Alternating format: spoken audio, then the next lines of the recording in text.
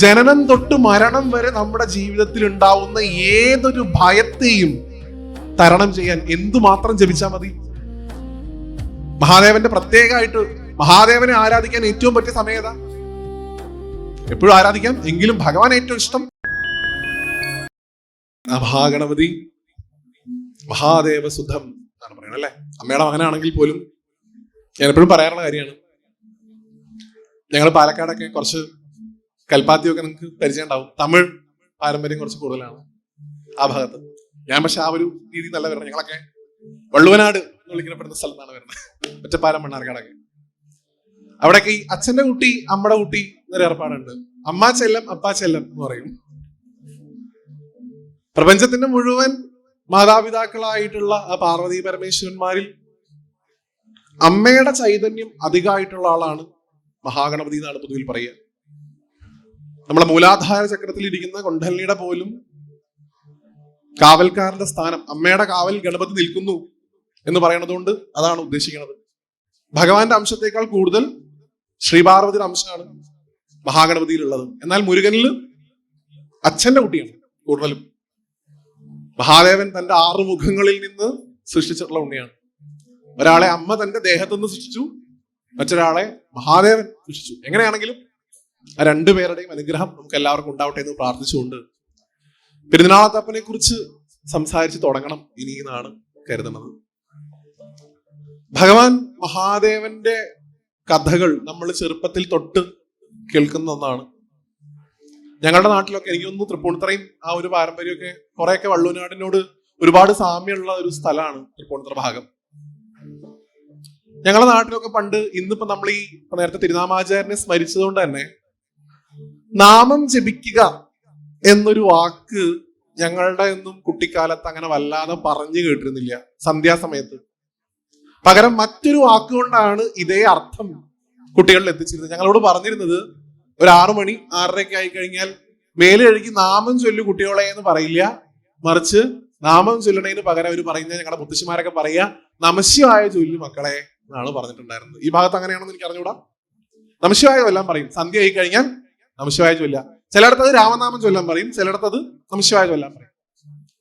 മഹാദേവന്റെ പെരുന്നാളത്തപ്പന്റെ ഏറ്റവും വിശേഷപ്പെട്ട മന്ത്രം ഏതാണ് ചോദിച്ചു കഴിഞ്ഞാൽ പഞ്ചാക്ഷരത്തിന്റെ മുകളിൽ ഭഗവാന്റെ ഒരു മന്ത്രമില്ല. പഞ്ചാക്ഷരം എന്ന് പറഞ്ഞു കഴിഞ്ഞാൽ അത് ശിവൻ തന്നെയാണ്. ആ ഭഗവാന്റെ പഞ്ചാക്ഷരം ചൊല്ലുന്ന സമയത്ത് നമുക്ക് എന്ത് ലഭിക്കുന്നു എന്നുള്ളൊരു കാര്യമുണ്ട്. ആത്യന്തികമായിട്ട് കിട്ടുക ശിവനെ തന്നെയാണ്. ഞാൻ എല്ലായിടത്തും പറയാറുണ്ട്, ശിവനിൽ നിന്ന് എന്തെങ്കിലും കിട്ടാനല്ല നമ്മൾ പ്രാർത്ഥിക്കേണ്ടത്. ആരെ കിട്ടാനാണ്? ശിവനെ കിട്ടാൻ വേണ്ടിയിട്ട് പ്രാർത്ഥിക്കുക. ഗുരുവായൂരപ്പന്റെ കയ്യിൽ നിന്ന് എന്തെങ്കിലും കിട്ടാനല്ല, ഗുരുവായൂരപ്പനെ തന്നെ കിട്ടാൻ പ്രാർത്ഥിക്കുക. അതിനു വേണ്ടിയിട്ടാണ് ആത്യന്തികമായിട്ട് ആചാര്യന്മാര് നാമജപത്തിന്റെ ഒരു സംസ്കാരം നമുക്ക് പകർന്നു തന്നിട്ടുള്ളത്. അതിൽ ഏറ്റവും പ്രസിദ്ധമായിട്ടുള്ള മന്ത്രമാണ് പഞ്ചാക്ഷരം, നമശിവായ എന്നുള്ള ഭാഗം. ഇന്ന് നമ്മുടെ കുട്ടികൾക്ക് ഇപ്പൊ ഈവൻ ഭജനകളൊക്കെ കേട്ട് നമ്മുടെ കുട്ടികൾ നാമം ചൊല്ലുന്നുള്ള സമയത്ത് നമശിവായ മന്ത്രം എത്രത്തോളം ഉറക്കെ ചൊല്ലാൻ സാധിക്കും അത്രത്തോളം ഉറക്കെ ചൊല്ലണം എന്നാണ് പറയുക. ബ്രഹ്മശബ്ദമായിട്ടുള്ള നമശിവായ ശബ്ദത്തിന്റെ അർത്ഥം, ഇപ്പൊ പണ്ടൊക്കെ കുട്ടികളായിരിക്കുന്ന സമയത്ത് ഞങ്ങള് ഈ മുത്തശ്ശിയും മുത്തശ്ശനൊക്കെ നമശിവായ ചൊല്ലു കുട്ടികളെ, നമശിവായ ചൊല്ലു കുട്ടികളെ എന്ന് പറഞ്ഞുകൊണ്ടേ ഇരിക്കുമ്പോ, ഇന്നാണെങ്കിലും അന്നാണെങ്കിലും എന്തെങ്കിലും ഇങ്ങട് കിട്ടണതിനാണ് നമുക്ക് താല്പര്യം.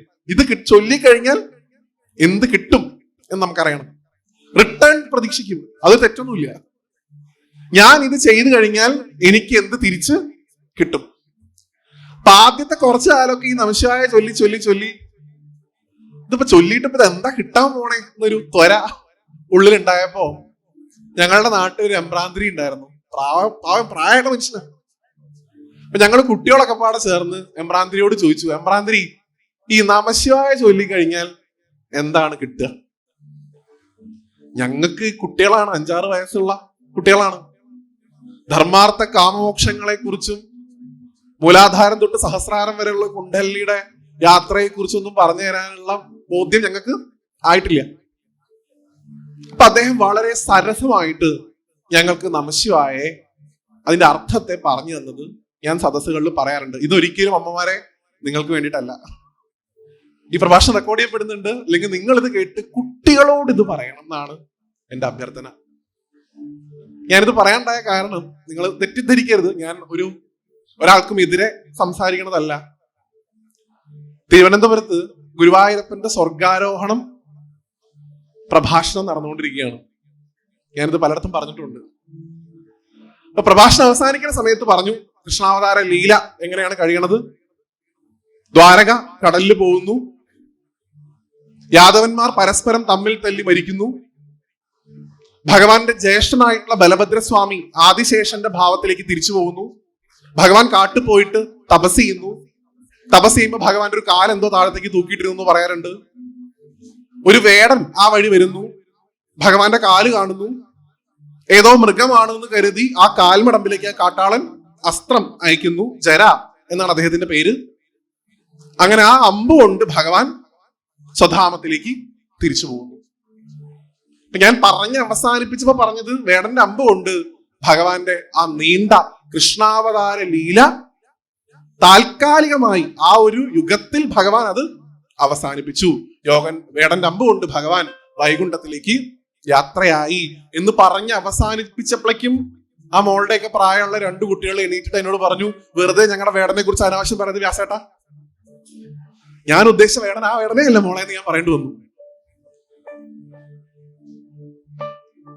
അവരോടാണ് ഞാൻ നമഃശിവായ ചൊല്ലാൻ പറയുന്നത്. എനിക്ക് മറ്റേ വേടനോട് ഒരു എതിർപ്പില്ല കേട്ടോ, അങ്ങനെ പറയരുത്. പക്ഷെ ഈ ധർമ്മത്തിന്റെ പാരമ്പര്യം കൂടി മനസ്സിലാക്കി, നാമജപത്തിന്റെ പ്രാധാന്യം മനസ്സിലാക്കിയിട്ട് വേണം പുതിയ തലമുറയിലുള്ള കുട്ടികൾ വളർന്നു വരാൻ. അതിന് ഈ പെരുന്തിനാവളത്തപ്പന്റെ ഏറ്റവും പ്രസിദ്ധമായിട്ടുള്ള മന്ത്രം നമഃശിവായ എത്രത്തോളം ചൊല്ലാൻ സാധിക്കോ അത്രത്തോളം ചൊല്ലാൻ നമ്മൾ കുട്ടികളെ പഠിപ്പിക്കണം. അപ്പൊ അവരും ചോദിക്കും നിങ്ങളോട്, മുത്തശ്ശി അല്ലെങ്കിൽ അമ്മേ, ഈ നമഃശിവായ ചൊല്ലിയ എന്താ കിട്ടുക? തമാശയായിട്ട് എടുത്താൽ മതി. പണ്ട് ഞങ്ങളുടെ നാട്ടില് ഒരു മുത്തശ്ശിയോട് കുട്ടി ഇങ്ങനെ ചോദിച്ചു കൂത്തറേ, മുത്തശ്ശി നമഃശിവായ ചൊല്ലിയ എന്താ കിട്ടുക? മുത്തശ്ശി എടുത്ത വഴിക്ക് പറഞ്ഞു, മോക്ഷം കിട്ടും കുട്ടിയെ. കുട്ടി എടുത്ത വഴിക്ക് അങ്ങോട്ടും പറഞ്ഞു, മുത്തശ്ശിക്ക് അത് ആദ്യം കിട്ടാൻ പോണ, ഇരുന്ന് ചൊല്ലിക്കോളൂ. നമ്മൾ ആ ഒരു കാറ്റഗറിയിലുള്ള ആൾക്കാരെ കുറിച്ചല്ല പറയണേ. നമഃശിവായ ചൊല്ലിയ എന്ത് കിട്ടുന്ന ഒരു കുട്ടി നിങ്ങളോട് ചോദിച്ചു കഴിഞ്ഞാൽ ആ കുട്ടിക്ക് മനസ്സിലാവുന്ന ഭാഷയിൽ വേണം പറഞ്ഞു കൊടുക്കാൻ, അല്ലെ? ഞങ്ങൾക്ക് എമ്പ്രാന്തിരി പറഞ്ഞു തന്നത് ഞാനിപ്പോ അവിടെ പറയാം. അവര് പറഞ്ഞു, നാ എന്ന ശബ്ദം ചൊല്ലുമ്പോ മക്കളെ നിങ്ങൾക്ക് നരക ഭയം ഉണ്ടാവില്ല എന്നാണ്. നമ്മുടെയൊക്കെ പേടി അന്നത്തെ കാലത്ത് അന്യൻ സിനിമയൊക്കെ ഇറങ്ങിയ സമയമായിരുന്നു. മറ്റേ എണ്ണയിലിട്ടിട്ട് വറക്കുന്നു, തലമുടിയുള്ള പാലത്തിന്റെ മുകളിലൂടെ നടത്തിക്കുന്നു, അല്ലെ? നരകത്തെ ആയിരുന്നു ഭയം.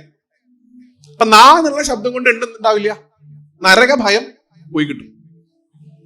മാ എന്ന ശബ്ദം ഉച്ചരിക്കുമ്പോൾ ഏത് ഭയം പോടും?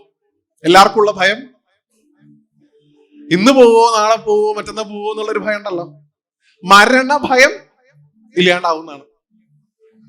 ഞാൻ പോവാനായി മക്കളെ എന്ന് പിന്നെ മുത്തശ്ശിമാരൊന്നും പറയില്ല. അപ്പൊ മരണഭയവും ഇല്ലാണ്ടാവും. നാമ കഴിഞ്ഞു, അടുത്ത ശബ്ദം ശിവായ. ഷ എന്ന ശബ്ദം ഉച്ചരിക്കുന്ന സമയത്ത് കുട്ടികളെ നിങ്ങൾക്ക് ഇപ്പൊ ഉണ്ടാവണ ഭയം, അതായത് ശൈശവകാലത്തെ ഭയം തീരും എന്നാ പറഞ്ഞത്. അപ്പൊ ഞങ്ങളെ സംബന്ധിച്ചിടത്തോളം ശൈശവകാലത്ത് ഉണ്ടായിരുന്ന 2 ഭയങ്ങള്, 1 കണക്കും 2 പ്രേതമായിരുന്നു. കണക്കിനായിരുന്നു ഏറ്റവും ഭയം, അത് കഴിഞ്ഞിട്ടേ പ്രേതത്തിനെ കൂടി പേടിയുള്ളൂ. ചൊവ്വയും വെള്ളിയും വെള്ള സാരി എടുത്തിട്ട് മറ്റേ സാധനം വരുമോ എന്നായിരുന്നു ഭയം. അപ്പൊ എമ്പ്രാന്തിന് പറഞ്ഞു തന്നു, നമഃശിവായ ചൊല്ലിക്കഴിഞ്ഞാൽ ആര് വരില്ല? പ്രേതം വരില്ല. അപ്പൊ ഞങ്ങൾക്ക് അധികം വിശ്വാസമായില്ല. അക്കാലത്താണ് ആകാശഗംഗ എന്ന് പറഞ്ഞൊരു സിനിമ ഇറങ്ങി. അതിൽ ഈ യക്ഷി പിടിച്ച് ഓടിക്കുന്ന സമയത്ത് ജഗദീഷേട്ടൻ ഒരു ശിവലിംഗത്തിൽ കെട്ടിപ്പിടിച്ച് കറങ്ങുമ്പോ നമഃശിവായ നമഃശിവായ എന്ന് ചൊല്ലുമ്പോ യക്ഷിയുടെ മേത്തേക്ക് ഒരു ടോർച്ച് അടിക്കുമ്പോ യക്ഷി നിന്നു. അപ്പൊ മനസ്സിലായി എമ്പ്രാന്തിന് പറഞ്ഞത് ശരിയാണ്. പ്രേതത്തെ അകറ്റാൻ എന്ത് ചൊല്ലിയാൽ മതി? നമഃശിവായ ശ എന്ന ശബ്ദം കൊണ്ട് ശൈശവകാലത്ത് ഉണ്ടാവുന്ന ഭയങ്ങളൊക്കെ തീർന്നു കിട്ടും.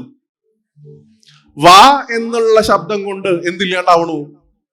ശൈശവം മാത്രമല്ല ജീവിതത്തിൽ ഉണ്ടാവുള്ളൂ. ജീവിതത്തിന്റെ ഒരു അവസാനത്തിൽ വാർദ്ധക്യ കാലഘട്ടത്തിലൂടെ നിങ്ങൾ കടന്നു പോകേണ്ടി വരും. വയസ്സാവുമ്പോ ഉണ്ടാവണ പേടി മുഴുവൻ. ഇപ്പൊ എന്റെയൊക്കെ അച്ഛമ്മയൊക്കെ കിടക്കുന്ന സമയത്ത് പറഞ്ഞിരുന്നു, അച്ഛമ്മയുടെ അമ്മേനെ അച്ഛമ്മ കാണാൻ തുടങ്ങി, അല്ലേ? ഒരാള് പോത്തിന്റെ പുറത്തിരിക്കണത് ഇടയ്ക്കിടയ്ക്ക് സ്വപ്നം കാണുന്നു, ഇങ്ങനെ കണ്ട്. അങ്ങനെ വാർദ്ധക്യകാലത്ത് ഉണ്ടാവണ ഭയം, ഇന്നത്തെ ഏറ്റവും വലിയ ഭയം വാർദ്ധക്യകാലത്ത് ഉണ്ടാവണം എന്താ? ഇതൊന്നുമല്ല, ഒറ്റയ്ക്കായി പോകുമല്ലോ എന്നുള്ളൊരു ഭയം ഇന്ന് പല ആളുകളും അല്ലെ, വിഷാദ രോഗം എന്നൊക്കെ പറയുന്ന രീതിയിൽ ഇന്ന് അതിനെ പേരിട്ട് വിളിക്കുന്നുണ്ട്. മക്കള് പുറത്താണ്, അച്ഛനും അമ്മയും മാത്രമേ ഉള്ളൂ. ആ ഒറ്റപ്പെടലാണ് ഇന്ന് ഏറ്റവും വലിയ ഭയം. ആ ഒറ്റപ്പെടലിന്റെ ഭയം പോലും ആരില്ലാണ്ടാക്കണു? ശിവായ എന്നുള്ള ശബ്ദത്തിലൂടെ ഭഗവാൻ ഇല്ലാണ്ടാക്കണു. വാ എന്നുള്ള ശബ്ദത്തിലൂടെ, അവസാനം യാ എന്ന ശബ്ദത്തിലൂടെ ഏത് ഭയം ഇല്ലാണ്ടാവണു? ശിവക്ഷേത്രത്തിൽ ഇരുന്ന് ഞാൻ പൊതുവിൽ പറയാറുണ്ട്, തമാശയായിട്ട് നിങ്ങൾ കൂട്ടിയാൽ മതി, ഒരിക്കലും ഇത് നിന്റെ വിധിയാണെന്ന് പറഞ്ഞ ഒരാളോടും പറയരുത്. എടോ, തന്റെ യോഗ ഇതായിരുന്നു എന്ന് ഭഗവാന്റെ മുമ്പിൽ വല്ലാണ്ട് പറയരുതെന്ന് ഞാൻ പറയാറുണ്ട്. മാർക്കണ്ഡേ എന്ന് പറയുന്ന കുട്ടിക്ക് യോഗ അനുസരിച്ചിട്ടാണെങ്കിലും വിധി അനുസരിച്ചിട്ടാണെങ്കിലും 16 വയസ്സ് വരെ ആയുസ് ഉണ്ടായിരുന്നുള്ളൂ. ആ 16ാമത്തെ വയസ്സിൽ അദ്ദേഹത്തിന്റെ പിറന്നാൾ ദിവസം അദ്ദേഹത്തെ കൂട്ടിക്കൊണ്ടുപോകാൻ പോകുന്ന യമധർമ്മനെ വധിച്ചുകൊണ്ട് അദ്ദേഹത്തെ ചിരഞ്ജീവിയാക്കിയ പെരുന്നാളത്തപ്പനാണ് അകത്തിരിക്കുന്നത്. അതുകൊണ്ട് അദ്ദേഹത്തിന് മുമ്പിൽ നിന്നിട്ട് ഇത് തന്റെ വിധിയാണ് എന്ന് പറയരുത്. വിധാതാവ് ഇരിക്കുന്നത് അകത്താണ്. ഭഗവാൻ കാലനെ കൊല്ലണതിന് മുമ്പ് പറഞ്ഞത്രേ, കാല നീ വെറും കാലനാണ്, ഞാൻ മഹാകാലനാണ്. അദ്ദേഹമാണത്. സർവ്വതിന്റെയും ഉടമസ്ഥൻ, ഈ പ്രപഞ്ചത്തിന്റെ മുഴുവൻ നാഥൻ, ദേവന്മാരുടെ ദേവൻ. ആ മഹാദേവൻ യമഭയം ഇല്ലാണ്ടാക്കും യാ എന്നുള്ള ശബ്ദം കൊണ്ടാണ്. അപ്പൊ നോക്കൂ, ജനനം തൊട്ട് മരണം വരെ നമ്മുടെ ജീവിതത്തിൽ ഉണ്ടാവുന്ന ഏതൊരു ഭയത്തെയും തരണം ചെയ്യാൻ എന്തുമാത്രം ജപിച്ചാൽ മതി? പഞ്ചാക്ഷരം മാത്രം ജപിച്ചാൽ മതി. നമഃശിവായ ചൊല്ലുക, തെറ്റിക്കോട്ടെ, കുഴപ്പമില്ല. ഏത് സമയത്താണെന്നുണ്ടെങ്കിലും നമുക്ക് ജപിക്കാൻ സാധിക്കും നമഃശിവായ എന്നാ പറയുക ആചാര്യന്മാര്. രാവിലെയാണോ രാത്രിയാണോ ഒന്നും നോക്കേണ്ട ആവശ്യമില്ല. ഈവൻ എപ്പോ ജപിക്കണതാണ് ഏറ്റവും പ്രാധാന്യം ചോദിച്ചു കഴിഞ്ഞാൽ, മഹാദേവന്റെ പ്രത്യേകമായിട്ട് മഹാദേവനെ ആരാധിക്കാൻ ഏറ്റവും പറ്റിയ സമയം ഏതാ? എപ്പോഴും ആരാധിക്കാം, എങ്കിലും ഭഗവാൻ ഏറ്റവും ഇഷ്ടം പ്രദോഷം ആണ്. സന്ധ്യാസമയത്ത് നമഃശിവായ എന്നുള്ള മന്ത്രം നമ്മളെ കൊണ്ട് സാധിക്കുന്നത്ര നമുക്ക് ചൊല്ലാൻ സാധിക്കണം എന്നാണ്. അങ്ങനെയുള്ള ആ പെരുന്നാളത്തപ്പന്റെ ആ രൂപം നമുക്ക് നാമത്തിലൂടെ വേണം രൂപത്തിലെത്താൻ എന്നാണ്. മധുരം എന്ന് പറഞ്ഞു കഴിഞ്ഞാൽ സങ്കല്പിക്കാൻ ബുദ്ധിമുട്ടാണ്. ലഡ്ഡു എന്ന് പറഞ്ഞു കഴിഞ്ഞാൽ സങ്കല്പിക്കാൻ എളുപ്പമാണ്. ബ്രഹ്മം എന്ന് പറയുമ്പോൾ സങ്കല്പിക്കാൻ ബുദ്ധിമുട്ടാണ്. ശിവൻ എന്ന് പറയുമ്പോൾ ആ രൂപത്തെ നമുക്ക് സങ്കല്പിക്കാം.